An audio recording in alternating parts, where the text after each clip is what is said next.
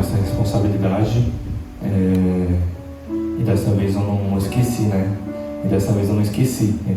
Ele me avisou na segunda-feira, ontem ele mandou mensagem: não esquece que amanhã é você, tá? Não, dessa vez eu tava sabendo, tá tudo certo. Amém? E quero também agradecer a minha esposa que veio comigo. Eu sei que esse final de semana foi um final de semana bem cansativo para ela. Eu tirei um pouco da lenha, um pouco do couro dela esse final de semana. E a gente terminou de almoçar hoje. Eu falei: ia ser muito abuso eu pedir para você ir comigo? Porque ela tinha dito: eu preciso com você, eu estou muito cansada. Eu falei: não, tudo bem e tal, eu sei que você está bem cansada. E aí depois eu mudei e falei: seria muito abuso? Ela falou: seria um pouco. Eu falei: me ajuda aí, então comigo. O seu apoio é muito importante para mim, meu amor. E eu quero agradecer, que eu sei o esforço que você tem feito por mim. E sei que não tem sido fácil. Apesar de hoje ser os melhores dias da minha vida, não tem sido fácil em alguns quesitos. Mas eu prometo que vai valer a pena em breve. Tá bom? Te amo, viu? E para pregar no dia de hoje foi bastante difícil porque culto da família. E a única outra vez que eu preguei no domingo foi no aniversário do pastor Robson. Então foi um pouco mais fácil. E normalmente ter um tema facilita. E a primeira coisa que eu pensei num tema, mas o pastor Fábio tinha pregado sobre esse tema há algum tempo atrás. E eu falei: tá, Deus, agora eu preciso pregar sobre outra coisa. E Deus ministrou um tema no meu coração. E eu falei: poxa, Deus, mas eu não queria pregar sobre isso, porque eu preciso ouvir sobre isso. Eu não tenho como pregar sobre isso, porque eu preciso ouvir. Eu tenho estado necessitado nesse tópico. E Deus falou: não, é isso mesmo. É exatamente por isso que é para você pregar. Então, eu peço paciência para os irmãos e nós vamos juntos discorrer bastante coisa, mas eu vou tentar ser sucinto e o mais simples possível para que nós possamos chegar no mesmo entendimento. Tá? Carlos, abre para mim em João 3,16, por favor. Esse texto eu acho que nem seria necessário ser feita a leitura.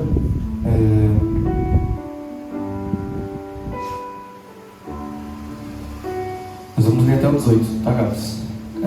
Porque Deus amou o mundo de tal maneira que deu seu Filho unigênito para que todo aquele que nele crê não pereça, mas tenha a vida eterna. Porque Deus enviou o seu Filho ao mundo, não para que condenasse o mundo, mas para que o mundo fosse salvo por ele. Quem crê nele não é condenado, mas quem não crê já está condenado, porquanto não crê no nome do unigênito Filho de Deus.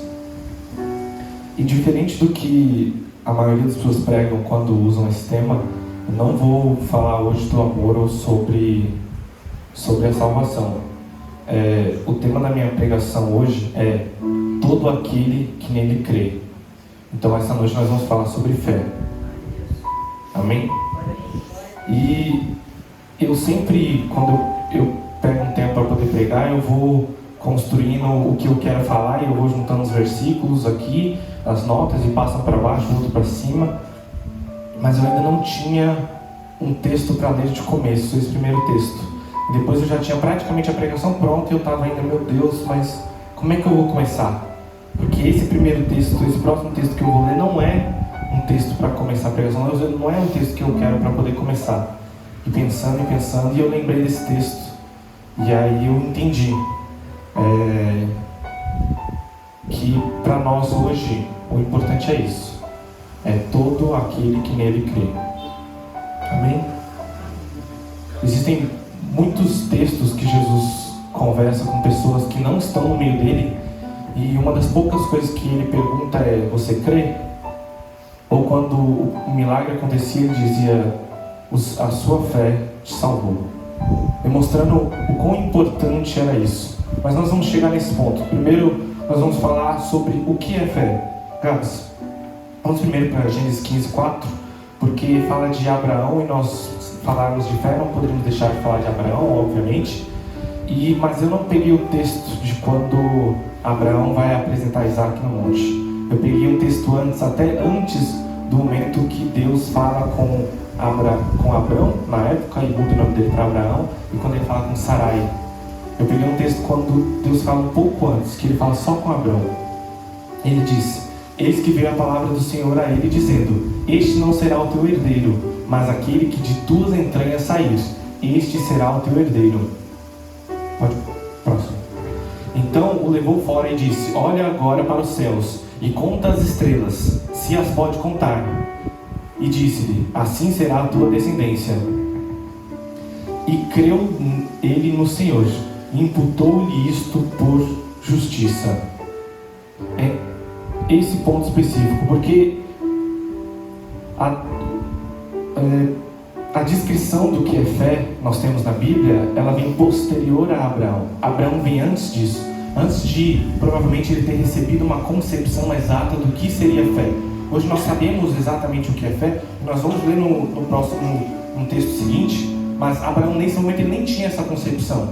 Mas Deus apresenta as coisas para ele. Abraão, olha, vem aqui, tá vendo isso aqui, você consegue contar?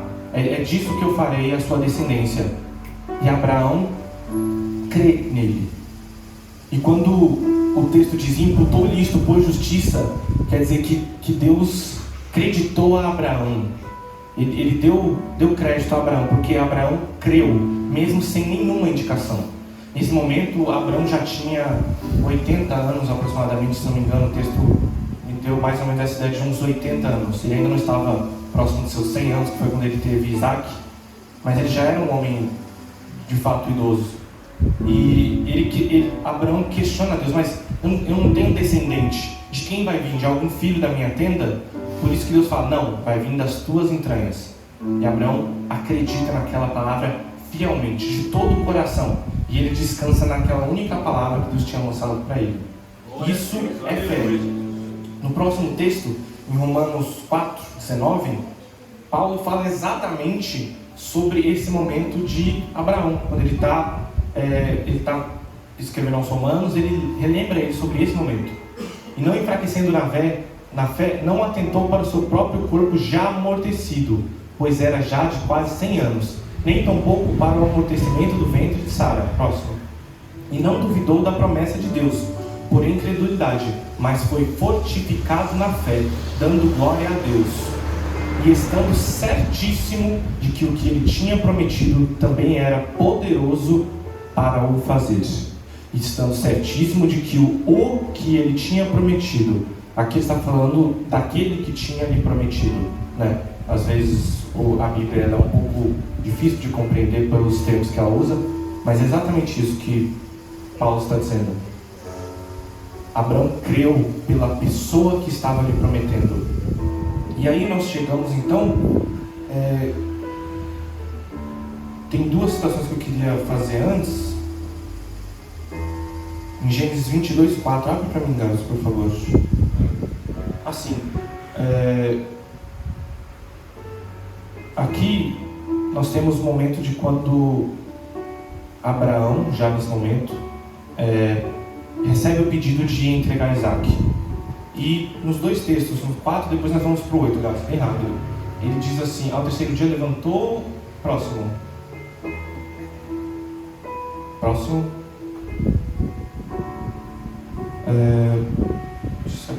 Isso. A seus moços. E disse Abraão a seus moços: ficai-vos aqui com o jumento, e eu e o moço iremos até ali, e havendo adorado, tornaremos a vós.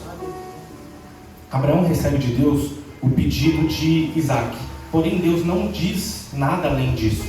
Porém Abraão entende que a sua promessa estava baseada em Isaac. Isaac era o filho da promessa, tinha recebido o anjo, então ele entendia que por meio de Isaac aquilo aconteceria. Então Abraão entendia que de alguma forma, de algum jeito, talvez alguns estudiosos dizem que pela ressurreição ele acreditava, ou independente de qual fosse a forma, Abraão tinha uma concepção firme, que é o que ele diz para os seus próprios criados: nós iremos, adoraremos a Deus. O pedido doloroso que Deus fez para Abraão, para ele se tornou uma adoração a Deus. Ele não disse assim: eu irei, prestarei holocausto a Deus, ou eu irei, farei o que Deus me pediu e retornarei. Não, Abraão é muito claro. Ele diz: nós iremos, adoraremos e voltaremos. E mais à frente, quando Isaac pergunta, e esse era o outro texto também que eu ia mencionar, ele fala: pai, aqui temos a lenha, temos o fogo, mas e o cordeiro? E Abraão responde direto e categoricamente: Deus proverá para si o cordeiro.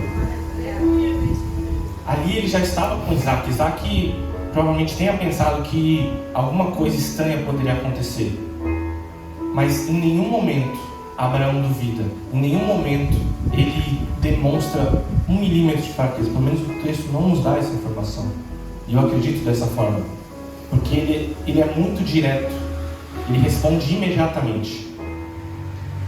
Abraão nos ensinando um pouco do que é fé.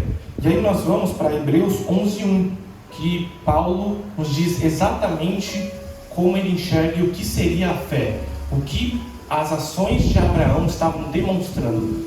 Abraão nada mais estava dizendo que, ora, a fé é o firme fundamento das coisas que se esperam e a prova das coisas que não se veem. Normalmente nós lembramos que é a prova das coisas que não se veem. Então eu tenho fé em Deus e eu não vejo Ele, mas mesmo assim eu tenho fé nele. Então isso quer dizer que é fé. Eu acredito nele, por isso é fé. Mas não é isso, não é só isso. Porque a parte A do versículo diz: ora, a fé é o firme fundamento das coisas que se esperam. Abraão esperava na promessa, ele entendia que de alguma forma a promessa viria até ele, então ele tinha certeza, ele tinha um fundamento, ele estava firmado naquele: não, eu estou aqui, Deus vai me garantir uma descendência que vai vir pelas minhas entranhas. Ele estava seguro na promessa e aguardando tudo que Deus faria na vida dele. Ele estava firme no fundamento da palavra daquele que tinha dado a ele. Então a fé não é só crer em Deus, porque nós não podemos ver Deus.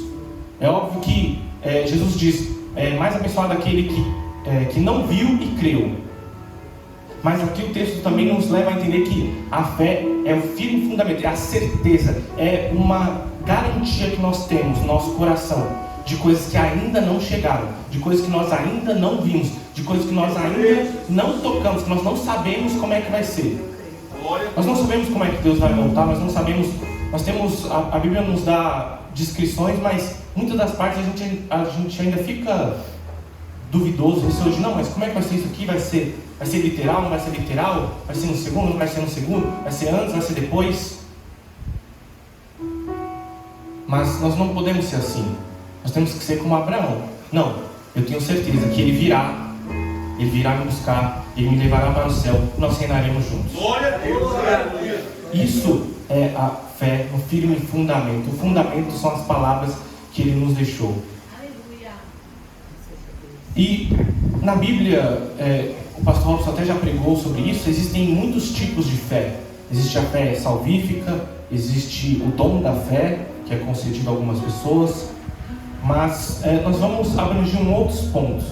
E eu nunca gostei muito desse texto, eu nunca tive uma compreensão muito boa dele. Mas quando eu peguei esse tema, eu falei: eu preciso falar desse texto. Em Efésios 6,16, Paulo está falando sobre a armadura de Deus. E ele fala, obviamente, do escudo da fé.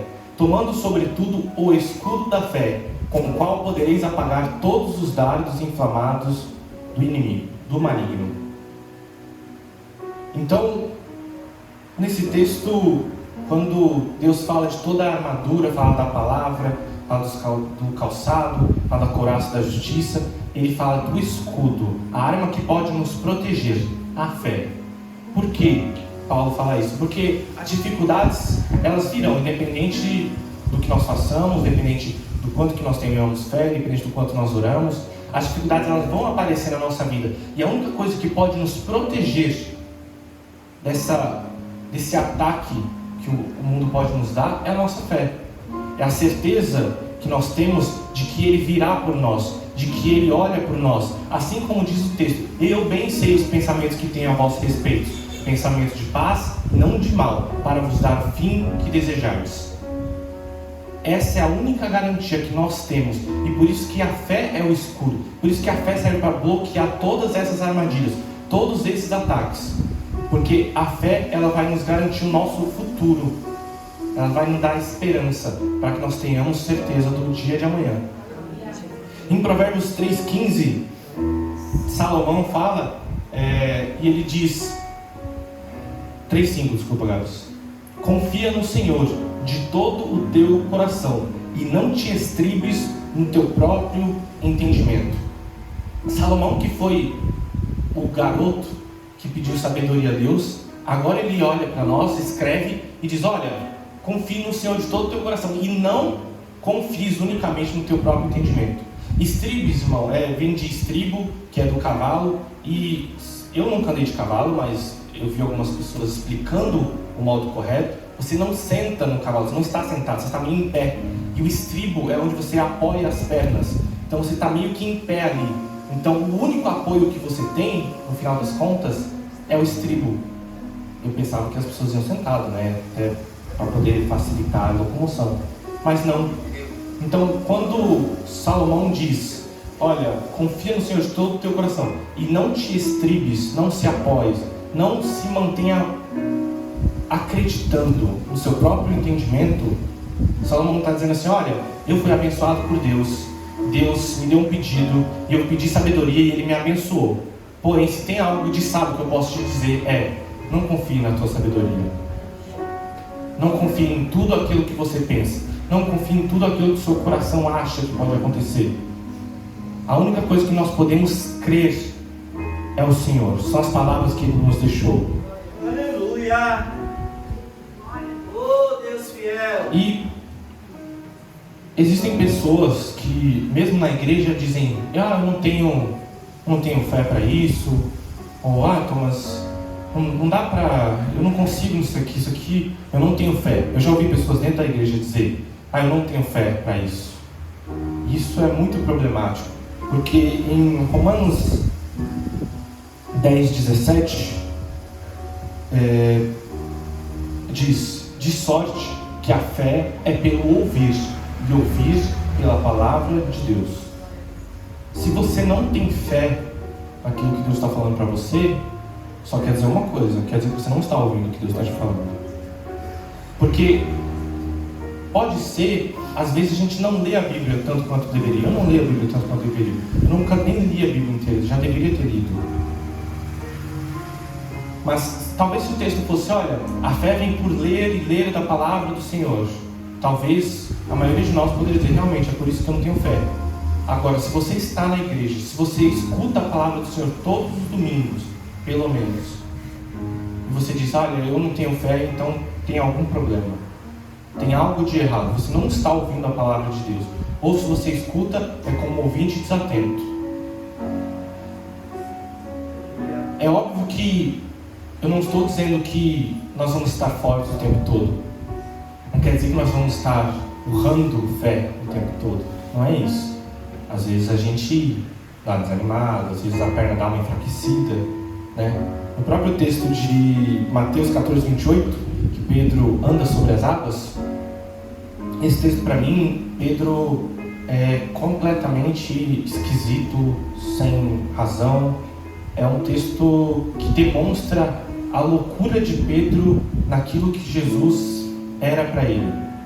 Porque eles estão no meio do mar, eles estão com medo de cair, eles veem um vulto, que eles acham que é um fantasma, eles gritam, Jesus responde para eles, e aquele fantasma, entre aspas, que eles estavam vendo até agora, né, responde: não temas, sou eu. E Pedro fala: Senhor, se és tu, me manda ter ele contigo. Eu não entendi essa pergunta. Se for Deus, me manda ter ele contigo, que eu vou. E ele escuta a voz de Deus, ele escuta a voz de Jesus, ele sabe que é a voz de Jesus. Ele pula do barco para o mar, que é a maior loucura, porque o pastor Fábio já pescou em alto mar. Ele sabe que enquanto o barco está balançando, existe uma diferença entre o barco e a água. Então ele fez o mais difícil, que era pular do barco para a água, e ele começa a andar. O texto diz: manda-me ter contigo, pode falar para o próximo, Gabriel. Ele disse: vem, e Pedro, descendo do barco, andou sobre as águas para ir ter com Jesus. Pedro fez o mais difícil. Será que faltou fé nesse momento em Pedro? Ou Pedro demonstrou o quanto que ele estava confiante nas palavras de Jesus, o quanto de fé que ele tinha.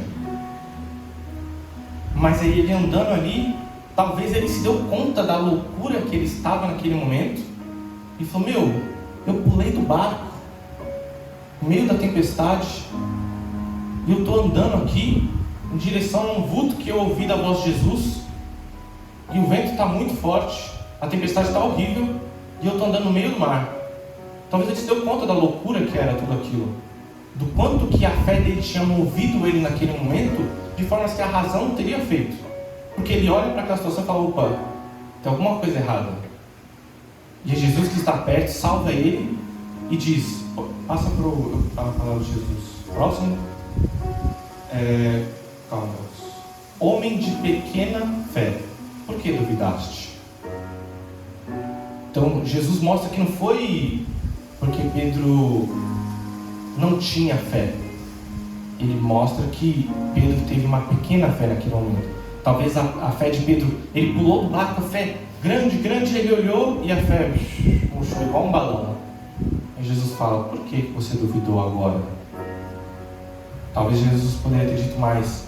Jesus teria dito: se ele andou um bom pedaço, o que foi que aconteceu? Que no meio do caminho a sua fé murchou. O que foi que aconteceu nesse meio desse trajeto? É normal as coisas acontecerem, é normal a gente ter medo. O medo não é o problema. O problema é quando o medo toma conta do nosso coração, assim como foi com Pedro. Eu tenho vivido num momento que eu estou quase igual Pedro ali. Estou pulando do barco, ainda não encostei na água. E a Alessandra, há uns dias atrás, perguntou para mim: mas e aí? E se der errado? E eu parei e pensei. Aí eu falei para ela: não vai dar errado. Mas uns dias depois, pensando, eu parei e refleti igual Pedro. Eu falei: caramba, eu nem pensei no que eu faria se desse errado. Não tinha passado pela minha cabeça. Não tinha, sabe aquele negócio do plano A e plano B? Não tinha passado isso pela minha cabeça. E tipo, não, se isso aqui não der, eu vou por esse caminho. Não tinha passado isso pela minha cabeça. Eu só sabia assim: tá bom, talvez demore mais do que eu quero, talvez não seja exatamente da forma que eu estou pensando, mas eu sei que as coisas vão acontecer. Ele me disse que as coisas vão acontecer, eu sei que vai acontecer. E eu não tinha parado para poder raciocinar, eu não tinha pensado nisso. E eu entendi Pedro nesse momento. Eu estou no momento que eu estou pulando do barco, a qualquer momento meus pés encostam na água, que eu sequer tinha parado para pensar: tá, e se eu não andar sobre a água? Foi o que Pedro fez. Pedro pula do barco e ele nem parou por um único momento para pensar: e se eu não conseguir andar? É óbvio que isso é um dom de Deus, não é sempre que a gente está assim. Tanto que depois que eu pensei nisso, aí eu comecei a pensar, falei: eita Deus, isso não... Aí eu falei: não vou voltar atrás. Então eu vim até aqui firme e forte, agora eu não posso me dar o luxo de pensar nisso. E quando a dúvida dá uma... opa, aí eu não, fica quieto. Não existe possibilidade de dar errado. Não passa pelo meu coração dúvida. Eu sei da promessa, eu sei quem foi que disse. Como vai acontecer? Ela me perguntou: mas você não quer me falar aí, né? Como é que vai ser? Isso e aquilo? Eu falei: olha, eu ainda não sei. Assim que eu souber, eu te aviso. Você vai ser a primeira a saber. Mas por enquanto eu não sei como é que vai ser. Eu ainda não sei. Ela está aqui, ela sabe disso. Ela ouviu isso da minha boca. Eu falei: eu não sei como vai ser, mas eu sei que vai ser. E Pedro, nesse momento, ele mostra isso. Ele mostra essa fé. Talvez esse dom momentâneo da fé que Pedro recebeu ali. E a fé para nós é importante, é uma necessidade existencial para nós que somos seguidores de Jesus, que somos crentes, né? É porque tem alguns textos que nos dão um entendimento de que a fé é um pouco mais do que nos dá a crer. Às vezes nós pensamos muito somente sobre oração, sobre louvor, sobre pregação, mas nós deixamos a fé um pouco de lado.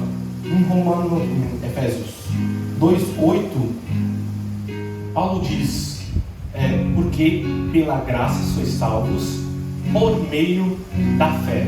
E isto não vem de vós, é um dom de Deus. Então Paulo diz, olha, nós somos salvos somente pela graça que Ele nos concedeu como dom. Porém, isso é feito por meio da fé. No próximo texto, em Romanos 10, 9 ao 11, Paulo diz novamente, ele diz, a saber, se com a tua boca confessares ao Senhor Jesus Cristo e em teu coração creres que Deus o ressuscitou dentre os mortos, serás salvo.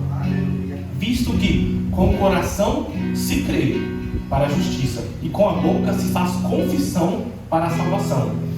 Porque a Escritura diz, todo aquele que nele crê não será confundido. Então, olha, preste atenção nesse momento. Para que você seja salvo, o texto não está dizendo, olha, você vai ter que se ajoelhar, vai ter que fazer a oração, vai ter que fazer 7 dias de jejum, vai ter que ler a Bíblia inteira, vai ter que dar 7 pulinhos e 3 rodadas. Não fala nada disso. O texto diz, se creres com o seu coração e confessares com a tua boca, serás salvo.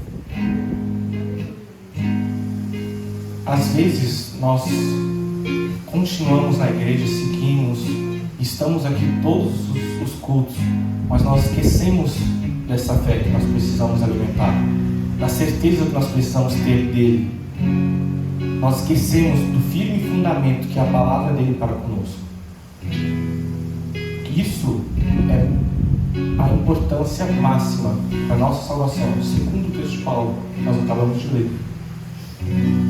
E Paulo demonstra tanto essa importância no dia a dia que em 2 Timóteo 4, 6, quando ele já está preso pela segunda vez, já está próximo do seu fim, ele diz, porque eu já estou sendo oferecido por aspersão de sacrifício, e o tempo da minha partida está próximo. Combati o bom combate, acabei a carreira, guardei a fé. Ele não fala que guardou os louvores, a oração. Não, ele fala, olha, eu combati o bom combate, eu lutei tudo que eu tinha para lutar, agora foi-se o fim de tudo que eu tinha para poder fazer, e eu estou guardando a minha fé comigo, que era o uso diário dele, era tudo que ele tinha. Porque como eu vou pregar sobre algo que eu não creio? Como eles vão acreditar em algo que eu não creio? É impossível que as pessoas vão crer em algo que eu mesmo não consigo crer.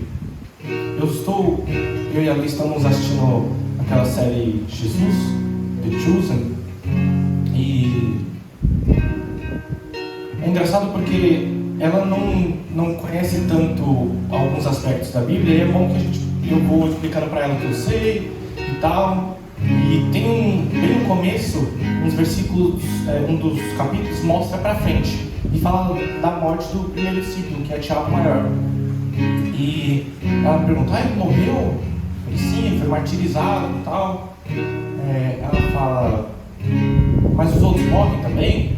Eu falei, sim, todos eles praticamente morrem, com exceção de João. E ela me faz uma pergunta que eu não tinha me feito até então. Ela pergunta, por que eles morreram? Aí eu, por quê?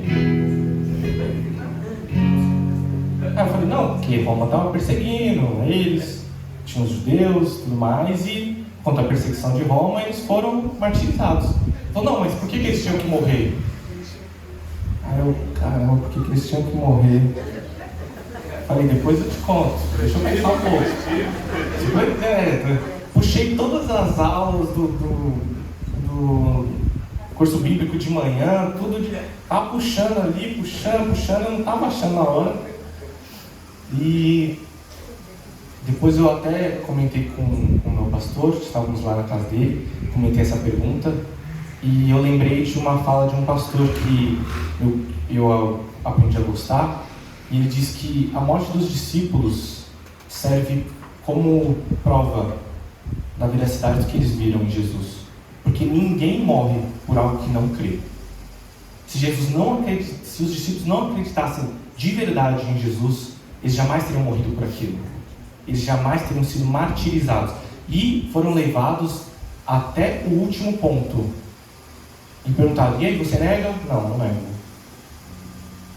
Então, o quão verdadeiro com certeza eles tinham de que eles tinham realmente conhecido o Salvador das nossas almas.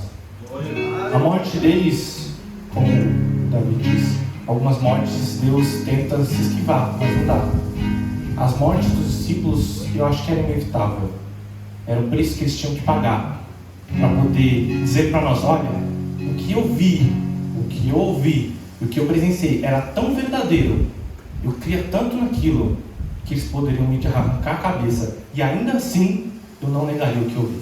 Glória a Deus, aleluia. Ainda assim, tudo aquilo que eu vi para mim foi tão importante, foi tão relevante, a minha fé que eles tinham no Deus que eles tinham conhecido ali na terra. Em 2 Coríntios 5, 7, Paulo fala muito de fé, e ele fala aos coríntios: porque andamos por fé e não por vista. Quando ele diz isso, óbvio, Paulo já tinha aprendido na sua existência que não dava para poder se preparar para o dia de amanhã. Nessa série que nós estamos assistindo, os discípulos, principalmente no começo, eles discutem muito entre si: não, mas Jesus vai para lá, é perigoso, não, vamos fazer tal caminho, porque tal caminho é melhor. Não, Jesus, não deixa chegar perto não de Jesus. E Simão é bem próximo do que eu imaginava, que é aquela agitação, e já quer pegar um e não sei o quê. E Jesus fala: não, está tudo errado, vocês estão errados, não é assim. Enquanto os discípulos ainda estavam entendendo o que era andar pela fé, Jesus já estava vendo tudo aquilo. Falando: olha, não é pelo que vocês acham, não é pelo que vocês conhecem, não é porque, não, mas aquela terra é perigosa. Não, mas não é pelo conhecimento de vocês. Nós não andamos com os nossos olhos, nós andamos com a nossa fé que nos ilumina à frente.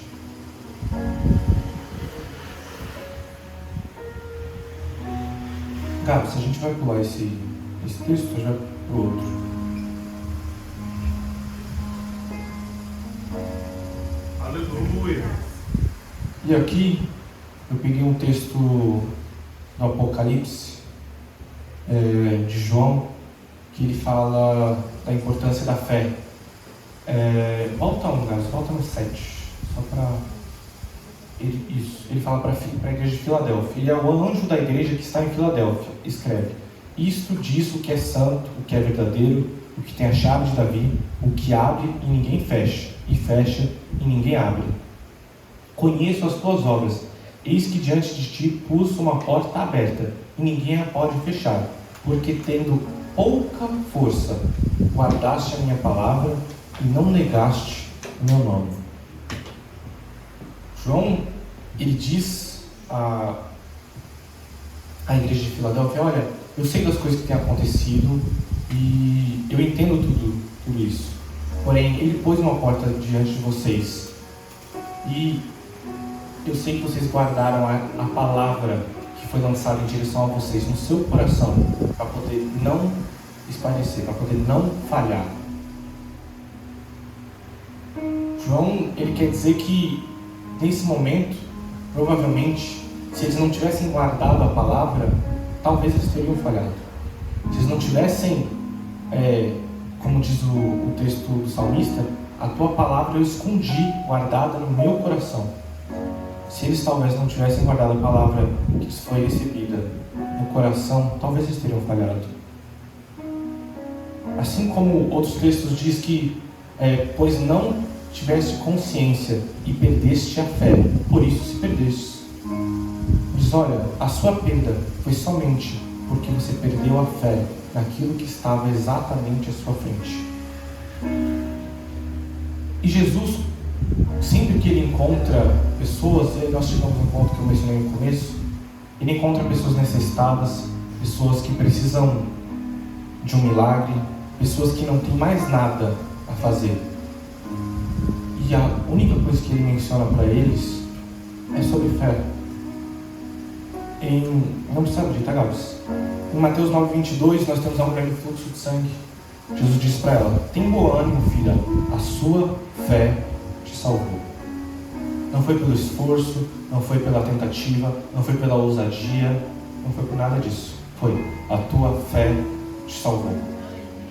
Em Marcos 10:52, o cego Bartimeu, Jesus diz a mesma coisa: vai, a tua fé te salvou. Em Marcos 2,5, o paralítico que desce pelo telhado, que foi lido, e Jesus diz, vendo a fé deles, não só a fé do paralítico, mas dos amigos também. Então, o que Deus mais observa nesses momentos é a fé dessas pessoas. Aleluia. Quando Jesus encontra o centurião em Mateus 8,10, ele diz, nem mesmo em Israel encontrei tamanha fé. Porque o centurião, ele diz, olha, eu não sou digno, o senhor não cabe dentro da minha casa, era mais ou menos isso que ele estava querendo dizer. O senhor não pode entrar lá não é um lugar para o senhor. Mas diga uma única palavra. Eu sei o que é ter autoridade. E autoridade é poder. E Jesus diz, nem em Israel eu encontrei tamanha fé. E depois ele diz, seja feito conforme Cristo. Quando Jesus encontra a mulher cananeia em Mateus 15:21, ele diz a mesma coisa. Ó mulher, grande é a tua fé. E quando as irmãs de Lázaro encontram Jesus, olha, Senhor, já é passado 4 dias. Jesus diz para elas em João 11:40, se creres, verás a glória de Deus. Ele não pede um almoço para elas, ela não pede atenção, ela pede, se vocês crerem, vocês verão a glória de Deus.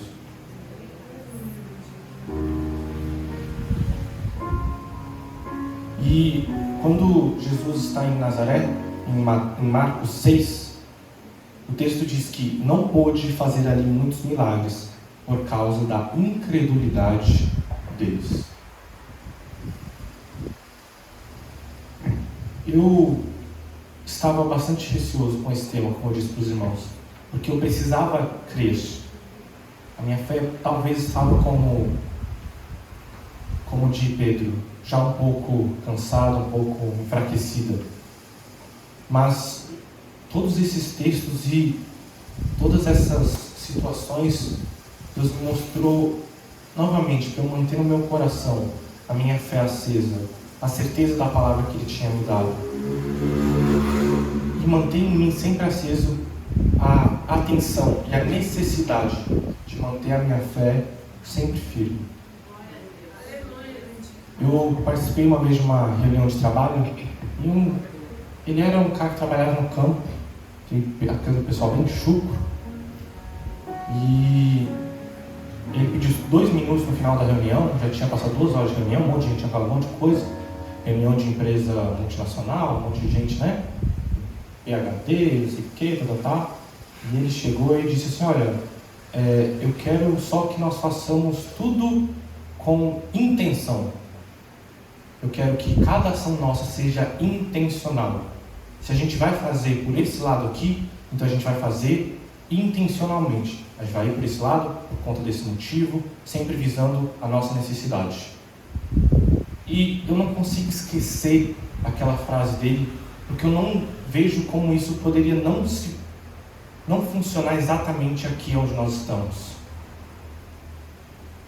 Se nós não formos intencionais em cada uma das nossas ações, se nós não formos quase robóticos eu preciso crer, eu preciso orar, eu preciso me concentrar nisso, eu preciso estar firme nisso, isso é ser intencional, é centralizar as suas ações por uma única intenção. Talvez não tenha ficado claro, mas a ideia é que sempre que nós formos agir, para cada nossa ação, para cada nossa fé, para cada pedido, para cada oração, nós façamos tudo isso com a intenção do nosso coração, que é servirmos a Deus, de adorarmos a Deus, de irmos para o céu com Ele. Todas as nossas ações têm que ser pensando nisso. Então, acordei pela manhã, vou orar, vou agradecer. Senhor, obrigado por esse dia, obrigado porque tem me abençoado, obrigado pelo fôlego de vida. Eu seguirei firme na minha fé, obrigado por esse dia que o Senhor vai me dar. E guarda no dia de hoje. E eu estou seguindo Jesus, sempre intencionalmente. E eu vou ler um último texto. Esse texto é bem longo para nós finalizarmos. E vou acabar no tempo certinho, né? Eu quero que os irmãos fiquem de pé para ouvir esse texto comigo. Eu vou fazer uma leitura um pouco diferente, tá? Só eu vou ler. E eu vou ler alguns versículos inteiros e outros versículos eu vou ler somente uma parte, que são histórias que nós já conhecemos, os irmãos vão entender quando eu fizer a leitura. E para nós ganharmos alguns tempos, que são 37 versículos, então é muita coisa, uma leitura muito extensa, mas eu vou ler de uma forma um pouco mais rápida para que você possa entender. Em Hebreus 11, Paulo novamente diz: ora, a fé é o firme fundamento das coisas que se esperam e a prova das coisas que não se veem, porque por ela os antigos alcançaram testemunho. Pela fé entendemos que os mundos pela palavra de Deus foram criados, de maneira que aquilo que se vê não foi feito do que é aparente. Agora sim, vamos. Pela fé Abel ofereceu a Deus maior sacrifício do que Caim. Próximo. Pela fé Enoque foi trasladado para não ver a morte. Ora, sem fé é impossível agradar-lhe, porque é necessário que aquele que se aproxima de Deus creia que ele existe e que é galardoador dos que o buscam. Pela fé, Noé, divinamente avisado das coisas que ainda não se viam, temeu e para a salvação de sua família preparou a arca. Pela fé, Abraão, sendo chamado, obedeceu, indo para um lugar que havia de receber por herança. Pela fé, habitou na terra da promessa, porque esperava... Não, aí a gente já pode... Isso, pronto. Pela fé também, a mesma Sara recebeu o poder de conceber. 17, Gabs. Pela fé, ofereceu Abraão a Isaque. Próximo. Pela fé, Isaque abençoou Jacó e Esaú. Pela fé, Jacó, próximo da morte, abençoou cada um dos filhos de José. Pela fé, José, próximo da morte, fez menção da saída dos filhos de Israel. Pela fé, Moisés, já nascido, foi escondido 3 meses por seus pais. Pela fé, Moisés, sendo já grande, recusou ser chamado filho da filha de Faraó. Agora 27. Pela fé, deixou o Egito, não temendo a ira do rei. Pela fé, celebrou a Páscoa e a aspersão do sangue. Pela fé, passaram o mar vermelho. Pela fé, caíram os muros de Jericó. Pela fé, Raabe, a meretriz, não pereceu com os incrédulos, acolhendo em paz os espiões. E, que mais direi? Faltar-me-ia o tempo, contando de Gideão, e de Baraque, e de Sansão, e de Jefté, e de Davi, e de Samuel, e dos profetas, os quais, pela fé, venceram reinos, praticaram a justiça, alcançaram promessas, fecharam as bocas dos leões, apagaram a força do fogo, escaparam do fio da espada, da fraqueza tiraram forças, na batalha se esforçaram, puseram em fuga os exércitos dos estranhos. As mulheres receberam pela ressurreição os seus mortos, uns foram torturados, não aceitando o seu livramento, para alcançarem uma melhor ressurreição. E outros experimentaram escárnios e açoites, e até cadeias e prisões.